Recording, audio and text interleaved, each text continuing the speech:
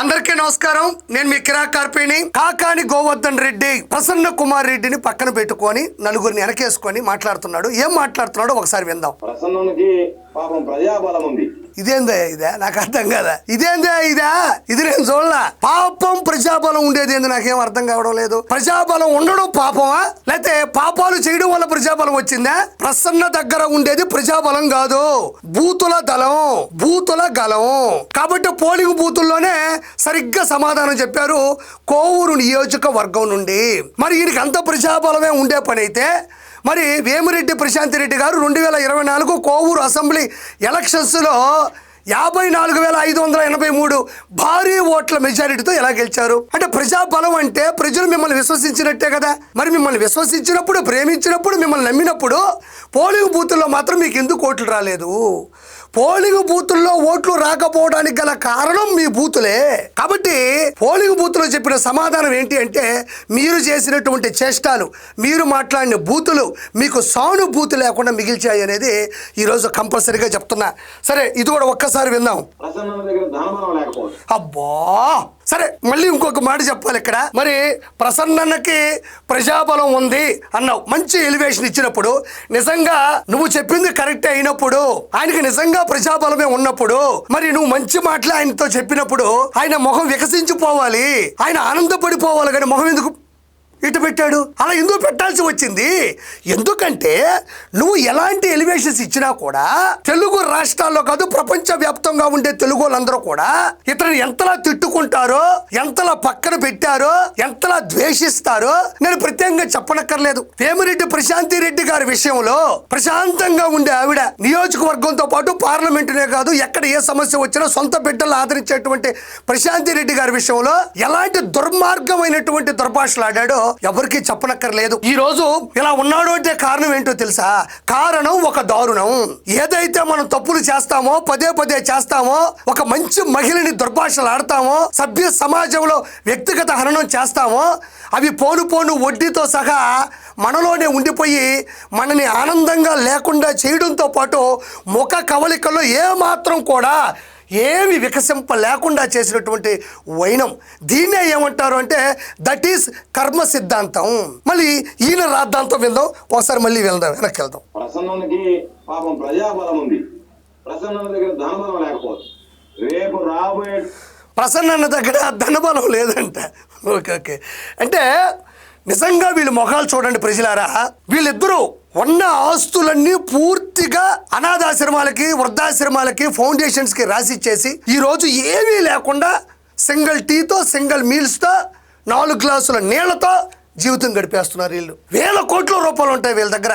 ఇతైతే ఈ కాకాని గోవర్ధన్ రెడ్డి అయితే అక్రమ క్వార్జీలు తరలించి వేల కోట్ల రూపాయలు సంపాదించి ఆల్రెడీ రిమాండ్కి వెళ్ళి వచ్చినటువంటి ఖైదీ. కోర్టులో ఇతర పాపాలు పండేటువంటి పత్రాలు ఏవైతే ఉంటాయో వాటిల్ని దుర్మార్గంగా తగలబెట్టించినటువంటి వ్యక్తి. వేల కోట్ల రూపాయలు. ఇతను కూడా కోవూరిని అన్నిసార్లు శాసనసభ్యుడిగా గెలిచినా కూడా ఏ రోజు కూడా బానిసలుగా చూశాడు తప్ప వాళ్ళకి ఏ రోజు భవిష్యత్తునివ్వలేదు. వీళ్ళ ఆస్తులన్నీ లెక్కెట్టుకుంటే కర్ణాటక, కేరళ, మహారాష్ట్ర, మధ్యప్రదేశ్, ఢిల్లీ, బీహారు, ఒడిశా ఎక్కడ పట్టినా బినామీల పేరుతో సునామీల ఈరోజు వేల కోట్లకు పరిగెత్తుతున్నటువంటి విధానం ఇది. వీళ్ళకి ప్రజాబలం ఉంది కానీ ధనబలం లేదంట. మరి అంత ప్రజాబలం ఉండేవాడే అయితే ప్రజల్లో ఇతను ఎప్పుడూ ఉండడు, ప్రజలు ఎప్పుడు ఇతనితో ఉండరు. నలుగురు కరెక్ట్గా ఫ్రేమ్ పెడితే ఇరుక్కొని ఉంటారు అంతే. మరి ప్రజాబలం ఏమైంది? ఎందుకు 2024లో చిత్తుగా నిన్ను ఓడించారని అడుగుతున్నా. అయినా నీదే కాన్స్టిట్యున్సీ, సర్వేపల్లి కాన్స్టిట్యున్సీ, ఈందు కోవూరు కాన్స్టిట్యున్సీ. నాకు ఒకటి అర్థమవుతుంది ప్రజలారా, దొంగలే భలే గౌరవించుకుంటారండి. ప్రసన్నకి ప్రజాబలం ఉంది అంటే దొంగలే గౌరవించుకుంటారు, దొంగలే పంచుకుంటారు, దొంగలే ఒకరినొకరిని సమర్థించుకుంటారని ఈ ఫ్రేమును చూసి నేను మనస్ఫూర్తిగా చెప్తున్నా. ఇంకా విందాం. కోవూరు నియోజకవర్గంలో మరలా ఆ ప్రజా బలంతోనే ప్రసన్న ఏంది అనేటువంటి రాష్ట్రానికి చూపించబోతున్నాడు అనేటువంటి విషయాన్ని గుర్తించారు. అంటే నెక్స్ట్ 2029 ఎలక్షన్స్లో ప్రసన్న మళ్ళీ వచ్చి వీరంగా సృష్టిస్తాడు, చిత్ర విచిత్రంగా గెలుస్తాడు అని కాకాన గోవర్ధన్ రెడ్డి చెప్తున్నాడు. ఎలా గెలుస్తాడు? ప్రజలు ఎందుకు గెలిపిస్తారు? ప్రజాబలం ఉంది అన్నో ప్రజలు ఓట్లే లేదు, ప్రజాబలం మెండుగా ఉంది, అదే ప్రజాబలంతో మళ్ళీ తిరిగి వస్తాడు అంటున్నావు. ప్రజాస్వామ్యంలో ఆడవాళ్ళని అవమానంగా మాట్లాడినటువంటి వ్యక్తి బాగుపడ్డట్టు చరిత్రలో లేదు. ప్రజాస్వామ్యంలో కాదు, చరిత్రలో కూడా లేదు అని చెప్తున్నా.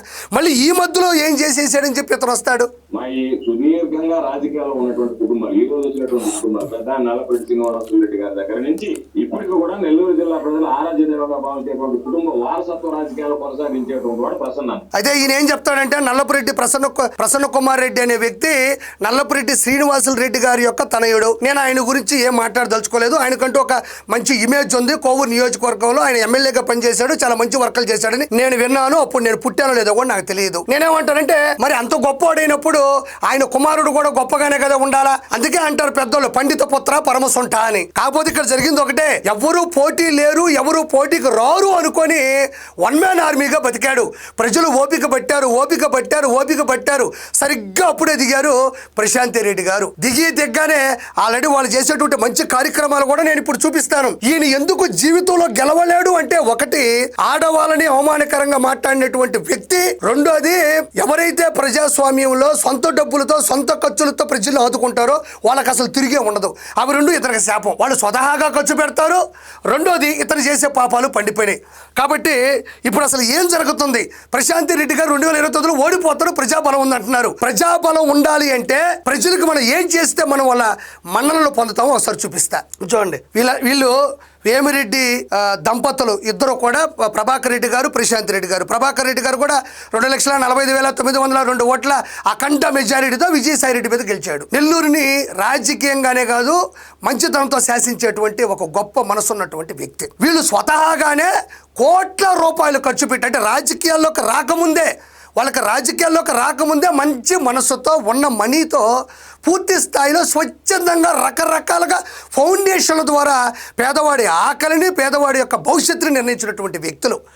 కాబట్టి వీళ్ళకి రాజకీయాలకు సంబంధం లేని రోజుల నుంచే వచ్చే రాజకీయాల్లోకి వస్తే వాళ్ళ రాజస్వం ఎలా ఉంటుంది చూడండి. రెవెన్యూ, క్రీడలకు ఎంపీ విరాళం, ఇదిగోండి 11 లక్షల రూపాయల ఆర్థిక సహాయాన్ని చెక్కు రూపంలో జిల్లా రెవెన్యూ శాఖ అధికారులకు అందజేయడం, ఇది మొచ్చు తొరక. ఇంకా వస్తూ ఉంటా చూడండి. ఇదిగో విలువలతో కూడిన విద్యను అందించడమే మా లక్ష్యం. ఇక్కడ చూడండి, విలువలతో కూడిన విద్యను అందించడమే మా లక్ష్యం. విపిఆర్ ఫౌండేషన్ లో భాగంగా విపిఆర్ విద్య అని ఉంటుంది. కార్పొరేట్ స్థాయి కన్నా మించినటువంటి స్కూల్ ని నిర్మించి, కోట్ల రూపాయలు విలువ చేసే స్కూల్ నిర్మించి, మంచి స్టాఫ్ ని పెట్టి, మంచి టీచర్స్ ని పెట్టి, వాళ్ళకి షూ కానించి, భోజనం కానించి, యూనిఫామ్ కానించి, ల్యాబ్ కానించి, మంచి ప్రవర్తన కానించి, క్రీడ కానించి, యోగా కానించి, మంచి బుద్ధులు కానించి, ప్రతి ఒక్కటి కూడా ₹1 కూడా తీసుకోకుండా కార్పొరేట్ స్థాయిలో సొంత ఖర్చులతో పేద పిల్లలకి మంచి భవిష్యత్తును అందిస్తున్నటువంటి కుటుంబం వేమిరెడ్డి గారి కుటుంబం. ఓడిపోతుందా? ఓడించగలవు నువ్వా? ఇది చూడండి, ఇవి మనం రాసినట్టు కాదు కదా. అప్పుడు ఇలాంటి కొన్ని వందలు ఉంటాయి. నేను చెయ్యి తిప్పుకుంటూ పోతుంటే చెయ్యిని పుట్టేస్తుంది. ఇదిగోండి, విపిఆర్ విద్య పిల్లలకి స్కూల్ బ్యాగులు కూడా ఇస్తా ఉన్నారు. ఇదిగో రెవెన్యూ క్రీడా పోటీలకు ఎంపీ ఆర్థిక సహాయం, ఇదిగోండి 11 లక్షల ఆర్థిక సహాయం చేశారు. ఇదిగోండి ఆర్ఎస్ఆర్ హై స్కూల్ దత్తత, ఆర్ఎస్ఆర్ హై స్కూల్ దత్తత తీసుకుని ఆధునీకరణ పనులకు ప్రతిపాదనలు సిద్ధం చేయాలని ఎంపీ వేమిరెడ్డి ప్రభాకర్ రెడ్డి అధికారులు సూచించాడు. ఒక స్కూల్నే దత్తత తీసుకొని పూర్తి స్థాయిలో దాన్ని కన్స్ట్రక్ట్ చేయడానికి కూడా ముందుకు వచ్చాడు, సొంత డబ్బులే. త్వరలో విపిఆర్ నేత్ర ప్రారంభం, అంటే అంత ముందుది ఇది, తర్వాత ప్రారంభం అయిపోయింది. అయితే విపిఆర్ ఫౌండేషన్ లో భాగంగా విపిఆర్ విద్య ఎలా ఉంటుందో విపిఆర్ నేత్ర అని ఉంటుంది. అంటే ఎవరికైతే నెల్లూరు జిల్లాలో అంటే నెల్లూరు పార్లమెంట్ లో ఉండేటువంటి కాన్స్టిట్యున్సీలో ఎవరికైనా వాళ్ళకి కళ్ళు సమస్య ఉన్నా, కళ్ళజోడు కావాల్సి ఉన్నా, పరీక్షలు చేయాల్సి ఉన్నా కూడా పూర్తి స్థాయిలో విపిఆర్ నేత్ర ద్వారా పూర్తిగా వాళ్ళకి స్వచ్ఛందంగా, వాళ్ళకి స్వేచ్ఛగా వచ్చి ఏమైనా చేయించుకోవచ్చు. ఇప్పటి వరకు 27,000 పరీక్షలు చేస్తే 17,000 మంది సమస్యలు తీర్చడం జరిగింది. కళ్ళజోడులు కూడా ఇవ్వడం జరిగింది. చూడండి, ఇదంతా అదే, మొత్తం మ్యాటర్ అంతా అదే ఉంటది. ఇదిగోండి, దివ్యాంగులకు ట్రై సైకిళ్లు అందించిన ప్రశాంతి రెడ్డి గారు, వేమిరెడ్డి ప్రభాకర్ రెడ్డి గారు కూడా ట్రై సైకిల్స్, ఎవరైతే దివ్యాంగులు ఉంటారో వాళ్ళకి సహాయంగా ఒక యంత్రం మనం ఇవ్వాలని భావించినటువంటి దంపతులు ఇద్దరు కూడా ఇప్పటి వరకు నెల్లూరు పార్లమెంటు పరిధిలో ఉండే కాన్స్టిట్యున్సీస్ లో 1100 ట్రై సైకిల్స్ అందించారు. పూర్తి సహాయం, ప్రతి రూపాయిని కూడా వాళ్ళే భర్తీ చేసి భరించారు. చూడండి, వీళ్ళందరూ కూడా. ఇదిగోండి, 10వ రెవెన్యూ సాంస్కృతిక ఆర్థిక సహాయం, చదువుల తల్లికి విపిఆర్ ఫౌండేషన్ చేయూత, ఎవరైతే విపిఆర్ విద్యలో చదువుకొని 10th స్కూల్ ఫస్ట్ వస్తారో వాళ్ళు జీవితంలో ఏం అవ్వాలనుకుంటారో, వాళ్ళకి ఏ లక్ష్యం ఉంటుందో, వాళ్ళకి ఏ ఎయిమ్ ఉంటుందో అది రీచ్ అయ్యేంత వరకు ప్రతి రూపాయిని కూడా వీళ్ళే అందిస్తారు. ఈ పాప పేరు గాయత్రి. మొన్న జరిగినటువంటి 10th రిజల్ట్స్లో అమ్మాయి స్కూల్ ఫస్ట్ వస్తే అమ్మాయికి భరోసా ఇచ్చారు. ఐఏఎస్ అవుతావా, ఐపీఎస్ అవుతావా, నువ్వేమవుతావు, నువ్వు ఏం అవ్వాలనుకున్నా సరే మేమున్నామని చెక్కును కూడా ఇవ్వడం జరిగింది. దివ్యాంగులకు అండగా మదినిండా పండగ. ఇదిగోండి ట్రైసైకిల్స్, వేమిరెడ్డి ప్రభాకర్ రెడ్డి గారు. ఇది విలువలతో కూడిన విద్య. చూడండి, ఇదంతా కూడా ఒకసారి ఆలోచిస్తే ఈ స్కూల్కి సంబంధించిన చూడండి ఎంత బాగుంటుందో. ఈ పిల్లలందరూ కూడా అన్నీ కూడా ఇచ్చోండి, దివ్యాంగులకు తోడుగా ఉంటాం, పుట్టిన నేల నెల్లూరు, రుణం తీర్చుకుంటాం. నెల్లూరులో ఆయన చేసినటువంటి పూర్తి కార్యక్రమాన్ని ఒకే ఆర్టికల్లో వేశారు. చూడండి, ఇంగ్లీష్లో కూడా, ఇంగ్లీష్ పేపర్లో కూడా వేశారు. చూడండి, electric tricycles distributed to disabled, VPR కృషితో సాకారం కానున్న కార్మికుల కళ. ఎన్నో ఇట్లాంటివెన్నో. వేమిరెడ్డి డిస్ట్రిబ్యూట్స్ 100 ఈ tricycles to the differently abled. ఇదిగోండి, ఇది మన పత్రికలు కాదు, మన ఆంధ్రప్రదేశ్ తెలంగాణ కాదు, ఇది నేషనల్ పత్రికలో కూడా ప్రచురించడం జరిగింది. బాలికకు అండగా వేమిరెడ్డి దంపతులు. ఎవరికో పాప బాగాలేకుండా వచ్చింది, వెంటనే కూడా అమౌంట్ ఇవ్వడం జరిగింది. ఇది గతంలో మనం గమనించినట్లయితే మొబైల్ క్యాన్సర్ స్క్రీనింగ్ యూనిట్ కూడా అందించడం జరిగింది. ఇది లక్షలతో కూడినటువంటి వాహనం. చూడండి విపిఆర్. ఇదిగోండి, వేమిరెడ్డి ప్రభాకర్ రెడ్డి గారే స్వయాన స్కూలుకు వెళ్ళి ఆ పిల్లల్ని బాగోగులు కావచ్చు, వాళ్ళ చదువుల గురించి కూడా తెలుసుకుంటున్నారు. ఇది చిరునవ్వు అంటే. ఇందా చూసాం మనం ఆ చిరునవ్వా. ఇది 10 మందికి మనం సహాయం చేస్తే, ప్రజల రుణం మనం తీర్చుకుంటే, ఆ ప్రజలు ఇచ్చిన ఆశీస్సులతో ముఖంలో వచ్చేటువంటి చిరు కళ, చిరు నవ్వు ఇలా ఉండాలా. ఇందాక ఎట్టుంది చూడండి. ఇది మీరు వినాలి ప్రజలారా. విపిఆర్ ఫౌండేషన్లో భాగంగా విపిఆర్ అమృత ధార అంటే నెల్లూరు, అంటే పాత నెల్లూరులో ఉండేటువంటి కాన్స్టిట్యున్సీలో ఇప్పటి వరకు 200కు పైగా అమృతధార పెట్టి అందులో కూడా ఇవన్నీ ఆయనే దగ్గరుండి నీళ్ళు అందిస్తారు. ఇది కూడా ఎవరికో అమౌంట్ సంబంధించింది. ఇలాంటివన్నీ 100. ఇదిగోండి, దైవ కార్యాలకి కుల మతాలకు అతీతంగా నెల్లూరు జరిగే ప్రతి పండగకి నిండుగా వీళ్ళే ముస్తాబై వీళ్ళే ప్రతి రూపాయిని అందించి ప్రజలందరూ బాగుండాలని కోరుకుంటారు. మనం గమనించినట్లయితే ఇది విపిఆర్ వైద్య. ఏదైతే పేదవారు ఉంటారో, మినిమం వాళ్ళు చూపించుకోలేని ఉంటారో, అనారోగ్యంతో బాధపడుతూ ఉంటారో, లేదా బీపీఓ, థైరాయిడ్, షుగర్ పేషెంట్లు ఎవరైతే ఉంటారో వాళ్ళకి ఉచితంగా పరీక్షలతో పాటు ట్యాబ్లెట్లు కావచ్చు, మిగతా సంబంధించినటువంటి టెస్టులు కూడా ఇక్కడ ఫ్రీగా అందించబడతారు. ₹1 కూడా తీసుకోరు. విపిఆర్ విద్య, విపిఆర్ వైద్య, విపిఆర్ అమృతధార. అదేవిధంగా విపిఆర్ వికాస్ అంటే ఎవరైతే భవిష్యత్తు ఊహించుకుంటూ ఉండే పిల్లలు ఉంటారో, వాళ్ళకి స్పోర్ట్స్ అంటే ఇష్టం ఉంటుందో, ఆయా స్పోర్ట్స్ సంబంధించినటువంటి కిట్లను కూడా ఆయనే దగ్గర ఉండి వాళ్ళకి ఇవ్వడం కూడా జరుగుతుంది. ఈ విధంగా మంచి చేసేటువంటి విపిఆర్ దంపతులు. అదే కాకుండా ఆయన అంత స్థాయిలో ఉన్న, ఆయన ప్రతి క్షణం చాలా విలువైందైనా కూడా ఆయన నెల్లూరులోనే ఉంటారు. నెల్లూరు పార్లమెంటు పరిధిలో ఉండేటువంటి ప్రతి పనిని ముగిస్తున్నారు, పనిచేస్తున్నారు.